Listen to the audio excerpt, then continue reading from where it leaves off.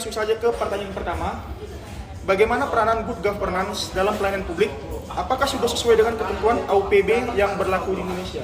Untuk menjawab pertanyaan ini, kita langsung menuju ke Saudara Abiu untuk menjawab pertanyaan ini. Pada Saudara Abiu, dipersilakan. Good governance merupakan salah satu usaha pemerintah untuk memperbaiki pola penyelenggaraan layanan publik dalam rangka perwujudan reformasi birokrasi. Mengingat bahwa visi dari reformasi birokrasi itu sendiri adalah terwujudnya good governance. Perlu disadari bahwa hal tersebut layak dan sangat penting untuk dikembangkan dalam tubuh pelayanan publik di Indonesia.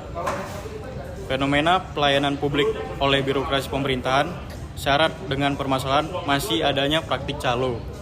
Prosedur pelayanan masih terkesan bertele-tele, ketidakpastian waktu dan harga, yang menyebabkan hilangnya kepercayaan masyarakat kepada pemerintah. Hal ini menyebabkan terjadi ketidakpercayaan masyarakat kepada pemerintah. Salah satu upaya yang dapat dilakukan adalah aparatur negara diharapkan melaksanakan tugas dan tanggung jawab secara efektif dan efisien. Dapat disadari, mewujudkan tata pemerintahan yang baik membutuhkan waktu yang tidak singkat dan tentu saja dengan upaya yang terus-menerus. Sangat diharapkan dengan penerapan good governance dapat mengembalikan dan membangun kembali kepercayaan masyarakat kepada pemerintah. Oke, sudah terdengar jawaban dari Saudara Abiu. Yang dapat saya tarik kesimpulan, dia mengatakan kalau good governance dalam pelayanan publik Indonesia itu terkesan bertele-tele, seperti adanya calo dan taktik main uang. Untuk itu, kita akan ke pertanyaan kedua ke Saudara Saraja, yang dimana pertanyaannya, apakah kesulitan dan pengaruh terbesar dalam good governance di Indonesia dalam era pandemik COVID-19? Nah, ini berkaitan dengan pandemik yang terjadi saat ini, yaitu pandemik COVID-19. Kepada Saudara Saraja, silakan untuk menjawab pertanyaan yang telah tersedia. Kesulitan yang ada dalam pelaksanaan upaya sistem good governance ini itu ialah munculnya tindakan korupsi, manipulasi, kewenangan, penyalahgunaan kedudukan, kepentingan politik, pungutan liar, ketidakadilan dan tindakan lain yang merugikan negara dan masyarakat. Itu sebenarnya adalah wujud dari sikap mental dari pelakunya itu sendiri. Tindakan tersebut itu merupakan wujud dari adanya hambatan bagi upaya menciptakan good governance. Itu ibaratnya seperti pusing, demam, dan sakit kepala yang sebenarnya itu bukan merupakan penyakit, tapi gejala yang muncul akibat adanya penyakit. Maka dari itu, kalau kita bisa cermati lebih mendalam lagi, maka kita dapat ambil satu pengertian bahwa hambatan bagi upaya menciptakan good governance adalah sikap mental dari sebagian rakyat Indonesia, lebih khususnya dari para pengelola negara dan mitra yang terkait dalam pemerintahan tersebut. Dalam hal ini, sikap mental dan kultural dari pengelola negara, korporat atau perusahaan dan masyarakat. Dan secara lebih rinci, ada beberapa penyebab muncul tindakan tersebut. Antara lain, yang pertama itu adalah mengendornya dimensi kerohanian dalam pola hidup modern dan materialistik. Yang kedua, penghaulaan rakyat kepada penguasa. Yang ketiga, tradisi upeti baik secara paksa oleh penguasa. Dan yang keempat itu, gengsi dan harga diri. Di sini saya juga ada dapat faktor kesulitan dalam upaya pelaksanaan good governance lainnya, yaitu munculnya hambatan mewujudkan good governance adalah tidak adanya motivasi untuk berprestasi. Dalam beberapa teori sosiologi disebutkan bahwa gejala yang muncul pada bangsa-bangsa yang sedang berkembang adalah tidak memiliki needs for achievement, kemauan untuk berprestasi, yang diucapkan oleh Andre Gunder Frank pada tahun 1984. Everett Hagen juga mengatakan bahwa masyarakat di negara-negara berkembang kurang kreatif dan kurang memiliki kemauan untuk mengambil inisiatif. Selanjutnya saya akan menjelaskan pengaruh apa yang dapat kita temukan pada era pandemi COVID-19 ini. Good governance ini menjadi fokus perhatian para peneliti untuk menilai keberhasilan pemerintahan pada masa-masa krisis. Keberhasilan pemerintahan dalam suatu negara ditunjukkan dengan adanya partisipasi masyarakat yang aktif dalam memberikan kontribusi baik secara terstruktur maupun tidak terstruktur. Evaluasi keberhasilan pemerintah sangat diperlukan secara khusus dalam menanggulangi adanya krisis masa pandemi ini dan pemilihan ekonomi, hingga pada akhirnya dapat memberikan pelayanan terbaik pada masyarakat. Menurut Wang et al., tahun 2017 menyebutkan bahwa kunci keberhasilan pemerintah dapat dilihat dari adanya perubahan aktivitas yang dapat menjadi lebih baik, adanya pengambilan keputusan yang tegas, terdapat tingkat kepatuhan tinggi terhadap kebijakan yang dibuat, dan kinerja yang ditunjukkan pada adanya output dan dampak kepada masyarakat. Pelayanan publik ini merupakan pemenuhan kebutuhan masyarakat luas oleh organisasi publik atau pemerintahan dan menempatkan masyarakat sebagai subjek yang diberi kepuasan, kesejahteraan, dan perlindungan atas keberadaan organisasi tersebut. Ini dikatakan oleh Osborne et al. Tahun 2013. Pada era new normal setelah adanya pandemi COVID-19 ini, standar pelayanan merupakan tolak ukur kinerja pemerintah daerah, upaya meningkatkan efektivitas, dan upaya pemenuhan kebutuhan masyarakat. Itu saja jawaban dari saya untuk pertanyaan yang diberikan oleh moderator.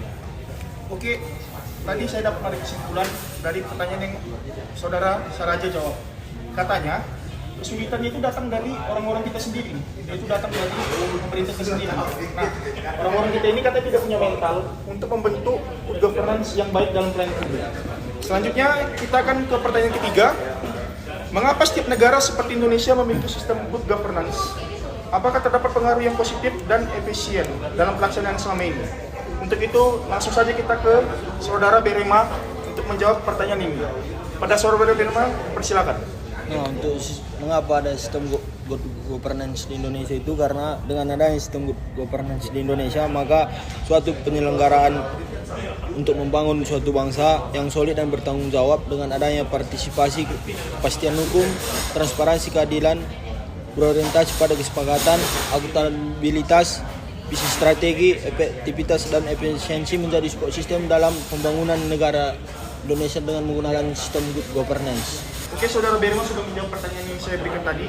Katanya, kenapa sistem good governance ini dikatakan sebagai sistem yang tepat dilakukan di Indonesia? Katanya sistem ini memiliki sistem yang efisien, berenergi, dan dapat mendukung semua perjalanan pemerintah yang melakukan kegiatan program pemerintah selama ini. Salah satu rumusan masalah terkait kelompok 5 tentang good governance adalah apakah sistem good governance dapat dikatakan sebagai sistem yang tepat dijalankan oleh pemerintahan dalam pelaksanaan pelayanan publik? Menurut saya, iya. Alasan utamanya adalah dengan melaksanakan good governance atau tata kelola pemerintahan yang baik seperti memberantas korupsi, nepotisme, birokrasi, mismanajemen dan transparansi, akuntabilitas serta memberikan prosedur yang tepat akan sangat efektif digunakan untuk mencapai tujuan, khususnya dalam pelaksanaan pelayanan publik. Sekian dari saya serahkan kembali kepada host. Kita akan menuju ke pertanyaan kelima, kepada Saudari Regina. Apakah ada aturan mengenai good governance ini? Nah, bagaimana menurut saudara seberapa besar dampak aturan sistem good governance itu dalam pelayanan publik di Indonesia? Kepada Saudari Regina, dipersilakan untuk menjawab pertanyaan ini.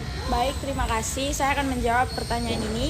Good governance merupakan sesuatu yang sulit didefinisikan karena di dalamnya terkandung makna yang etis. Dalam artian bahwa sesuatu yang dipandang baik dalam suatu masyarakat, namun bagi masyarakat lainnya belum tentu mendapat penilaian yang sama. Good governance itu sendiri sering diartikan sebagai kepemerintahan yang baik. Ada pula yang mengartikan tata pemerintahan yang baik. Ada pula yang mengatakan sistem pemerintahan yang baik. Selanjutnya, governance itu sendiri sebagai proses penyelenggaraan kekuasaan negara dalam melaksanakan public good dan service. Sedangkan arti good dalam good governance mengandung dua pengertian. Yang pertama, nilai-nilai yang menjunjung tinggi keinginan dan nilai-nilai yang mendapat peningkatan kemampuan rakyat dalam mencapai tujuan kemandirian, pembangunan berkelanjutan, dan keadilan sosial. Baik, terima kasih. Oke, menurut Saudara Regina tadi pertanyaan yang tadi katanya good governance ini memiliki rasa keadilan sosial jika dijalankan di negara kita.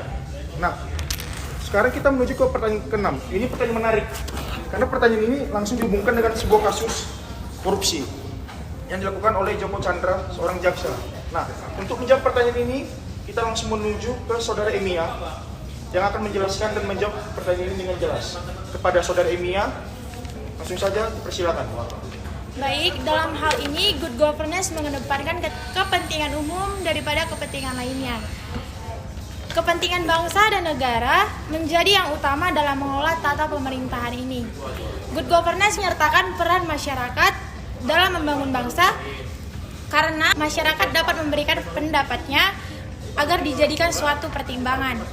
Bila dilihat dari kondisi Indonesia pada saat ini yang sangat amburadul, maka Indonesia sangat memerlukan prinsip good governance agar dapat dijadikan untuk mengurangi korupsi, kolusi, dan nepotisme yang ada di Indonesia.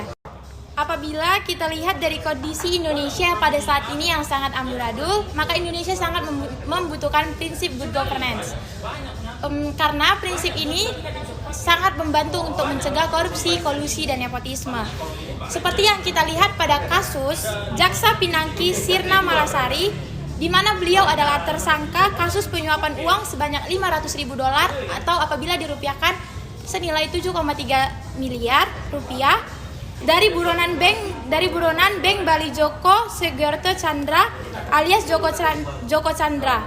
Dalam kasus Joko Chandra, upaya yang dilakukan dalam kasus korupsi ialah upaya penindakan, di mana upaya penindakan itu dilakukan kepada mereka yang terbukti melanggar, yang diberikan peringatan, diadakan pemecatan, dan upaya dihukum pidana. Dari adanya buronan Joko Chandra merupakan bukti dari lemahnya integritas hukum di Indonesia. Saat ini, dilihat kondisi Indonesia masih banyak instansi dari pemerintah belum mampu menegakkan prinsip dari asas good governance. Korupsi merupakan salah satu bentuk gagalnya tujuan dari prinsip good governance ini. Hal yang menghambat penerapan good governance di Indonesia yaitu terjadinya krisis multidimensi yang bersifat vicious krisis yang meliputi krisis moral, krisis hukum, krisis ekonomi, krisis moneter, krisis kepercayaan, dan krisis politik. Oke, sebenarnya tadi pertanyaan ini berhubungan dengan pertanyaan yang saya berikan kepada saudara Saraja. Nah, contohnya ini, bahwa kasus korupsi dapat menghambat sistem good governance dalam sistem pemerintahan Indonesia. Nah, untuk itu, mari kita juga mendengarkan pendapat dari saudara Rekida yang akan menyambungkan pertanyaan ini. Apakah menurut saudari Rekida berbeda dengan yang disampaikan oleh saudari Enia? Kepada saudari Rekida dipersilakan untuk menjawab pertanyaan ini. Baik, terima kasih. Seperti yang dikatakan saudari Mia, bahwa sistem good governance di Indonesia saat ini belum terlaksana dengan baik. Salah satu bentuk gagalnya tujuan dari prinsip good governance ini ialah korupsi. Hal ini yang menghambat penerapan good governance di Indonesia, antara lain terjadinya krisis multidimensi yang bersifat vicious krisis seperti yang sudah disebutkan oleh saudara Mia sebelumnya. Krisis kemanusiaan lain dapat dilihat dari praktik politik kerabatan. Contoh lain dari bentuk gagalnya tujuan dari prinsip good governance ini ialah merebaknya praktik politik kekerabatan, di mana hal ini banyak disebabkan dari kegagalan partai politik dalam menjalankan sistem kaderisasinya, sehingga partai politik mengalami krisis kader terbaik yang kemudian membuat proses kandidisasi politik tidak berjalan dengan prinsip meritokrasi. Akibatnya, partai politik lebih menyukai kader instan yang membawa sumber daya ekonomi yang lebih besar, sehingga kemudian melahirkan praktik mahar politik. Ironisnya lagi, partai politik ini lebih menyukai figur yang berasal dari politik kerabatan dengan tujuan untuk menaikkan elektabilitas partai politiknya. Hal ini atau figur politik yang berasal dari politik kerabatan memiliki tingkat elektabilitas atau keterpilihan yang cukup. Oke, kita sudah mendengar pendapat dari saudara Rekida. Wah, tak terasa ya, kita sudah mencapai beberapa pertanyaan dan tiba saatnya kita ke pertanyaan terakhir, yaitu kepada saudara BK. Nah, bagaimana sih solusi yang dapat diambil untuk menciptakan sistem pelayanan publik yang baik? Sehingga apa menurut saudara pelayanan publik dapat terlaksana secara efektif dan efisien? Kepada saudara Rebecca, dipersilakan untuk menjawab pertanyaan terakhir ini. Baik, kalau kita lihat dari Undang Nomor 25 Tahun 2009 tentang pelayanan publik, ini mendefinisikan bahwa pelayanan publik merupakan suatu kegiatan atau rangkaian yang mana rangka pemenuhan kebutuhan pelayanan sesuai dengan peraturan perundang-undangan bagi setiap warga negara dan penduduk atas barang, jasa, dan atau pelayanan administratif yang disediakan oleh penyelenggara pelayanan publik. setelah kita melihat penjelasan dari teman-teman kita tadi, bahwa ada beberapa masalah yang saya rangkum. Yang pertama, bisa kita lihat dari sisi sumber daya manusianya, yaitu kelemahan utamanya berkaitan dengan profesionalisme, kompetensi, empati, dan etika, yang mana berbagai pandangan juga setuju bahwa salah satu dari unsur yang perlu dipertimbangkan adalah masalah sistem kompensasi yang tepat. Dan juga dapat kita lihat dari sisi kelembagaannya, yang mana kelemahan utamanya terletak pada desain organisasi yang tidak dirancang khusus dalam rangka pemberian pelayanan kepada masyarakat. Jika Anda bertanya mengenai solusinya, solusi yang dapat saya sampaikan ialah harus adanya penetapan standar pelayanan, yang mana standar pelayanan tersebut harus memiliki arti yang sangat penting bagi pelayanan publik.